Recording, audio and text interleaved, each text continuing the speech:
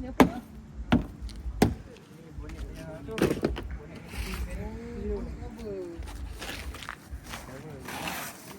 Kalian balik on ni projek yang kita tunda sebab banyak job tak ada nak buat. Jembe dah siap. Enjin pun belum ada lagi.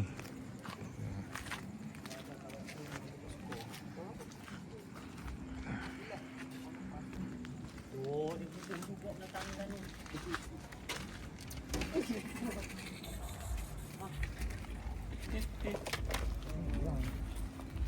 Wah, tak nak sambung.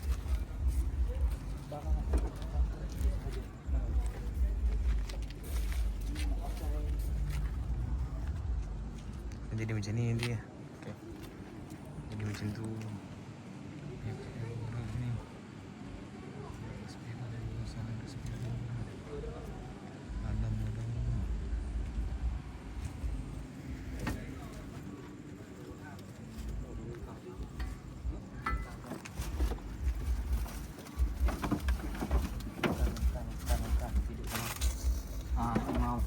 Pasalnya ni dekat dashboard ada kan.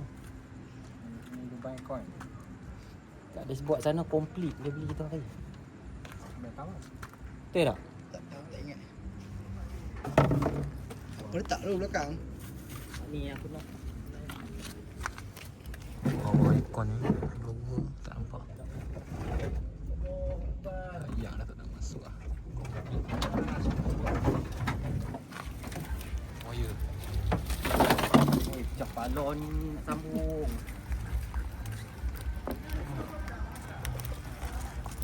Ada buah air.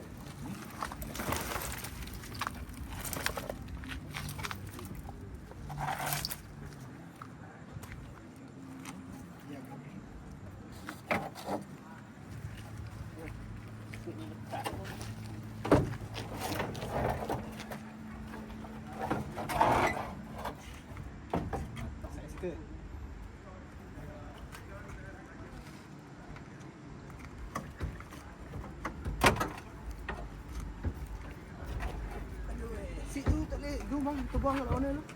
Yalah, boleh kan nak buang tapi kat mana? Tak kita bersihkan.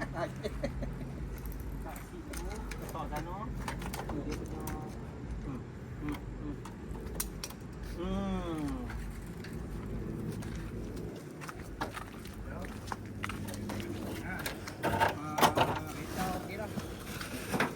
Apa tu? Ah, serpihan. Fiber. Tak boleh. Seat ni angkat dulu ni. Dua-dua angkat. Lagi dia nak balik dia nak air lah. Nak buang ke jual? Buang. Boleh jual? Oi, pasal po tak boleh